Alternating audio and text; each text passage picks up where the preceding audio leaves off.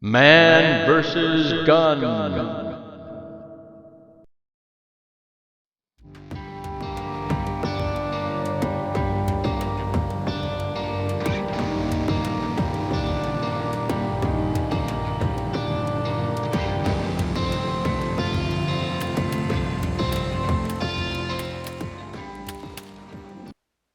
Hello shooters, TI here. Thanks for watching.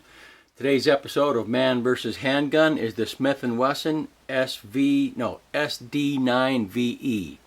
The SD9Ve. Let's put it through the Man vs. Gun paces and see how it works. The SD9Ve. Let's see how much this thing weighs.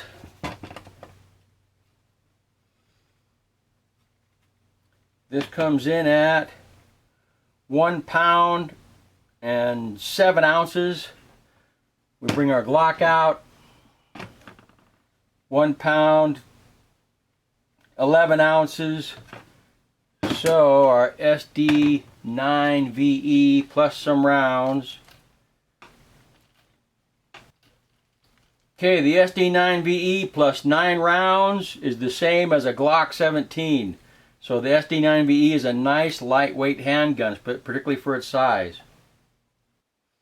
Okay, the SD9Ve, the widest spot here is right where the magazine release is, no, the slide stop, and it's 1.150 basically.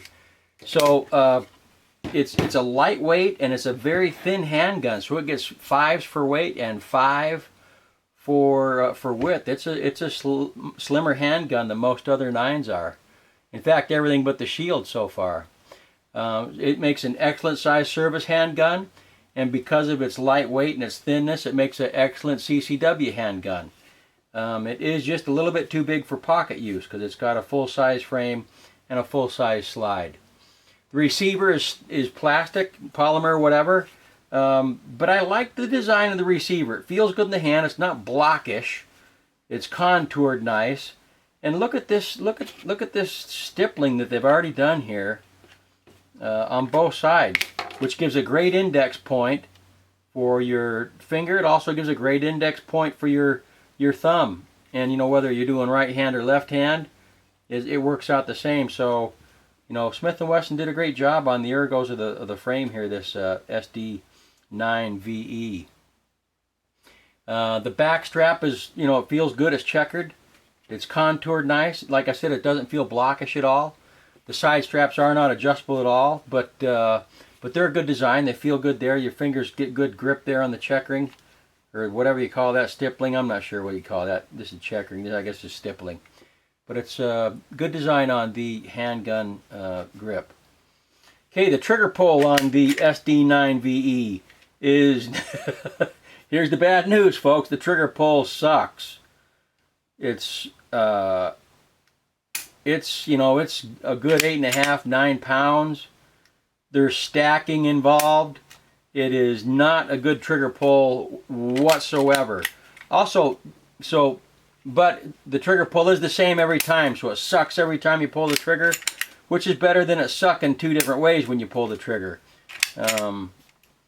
So that's, you know, the trigger pull is what I know that Apex does make a trigger kit for this gun, and I will probably invest in one of those because it's not a lot of money, and Apex makes great stuff.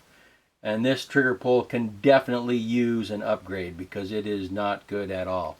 One thing I am going to point out that is not part of the Man vs. Gun spreadsheet is the action on this with regard to pulling the slide back. It feels like pulling a brick across some railroad tracks. Listen.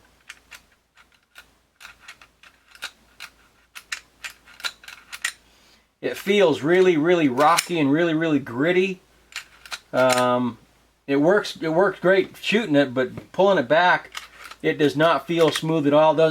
It feels really, really, really rough.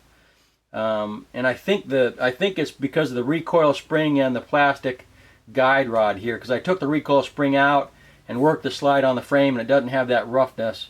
So the roughness is in the recoil spring. And I don't know how to fix it or whatever. I haven't really looked at it. I'm just telling you just the facts. Just telling you the facts.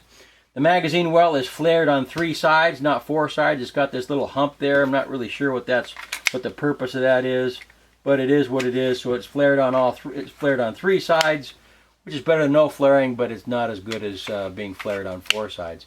The magazine is of good design. It's shorter than a like a Smith & Wesson MP or Glock mag. So this only holds 16 rounds, but it is a full capacity mag. It holds as many rounds as it can. They don't download it like HK does.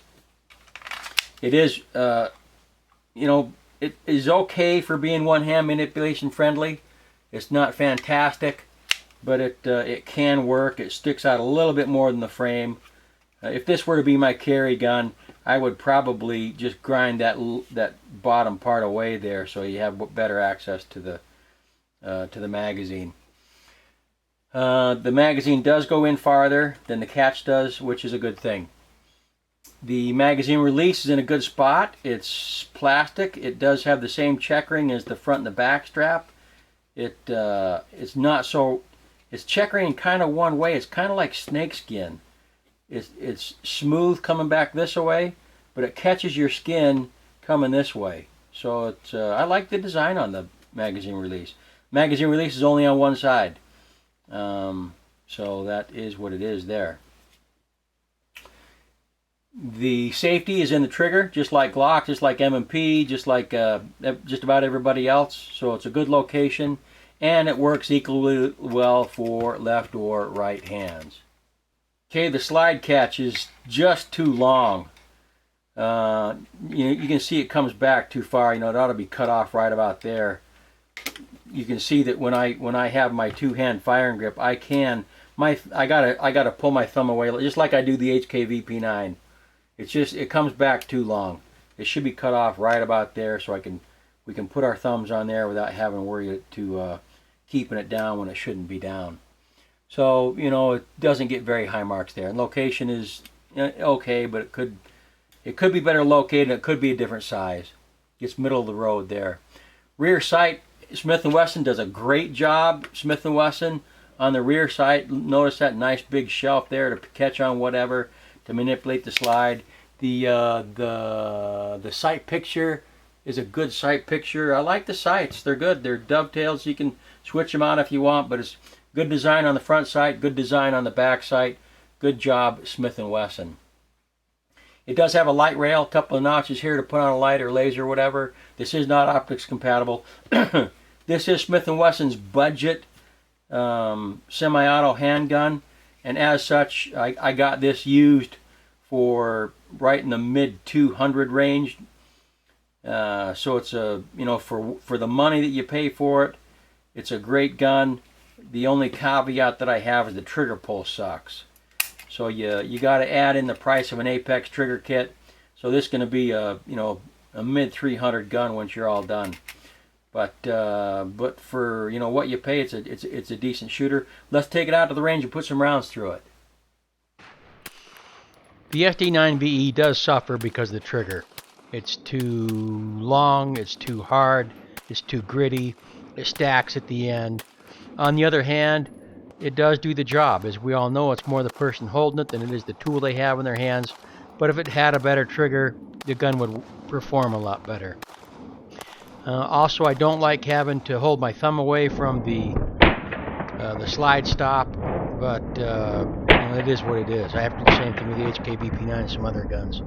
This gun doesn't like to run as fast as the FNS does. You have to push it to get it to go fast, if that makes sense. But for the price range, it will do what you need it to do.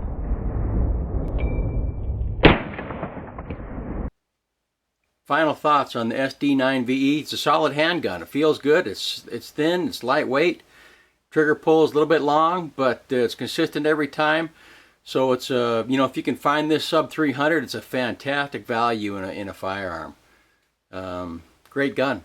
Thanks for watching. Appreciate the shares, likes, and subscribes. Any questions or comments, post them below. I'll do my best to answer them.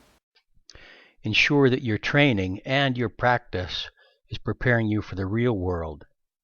Your real world.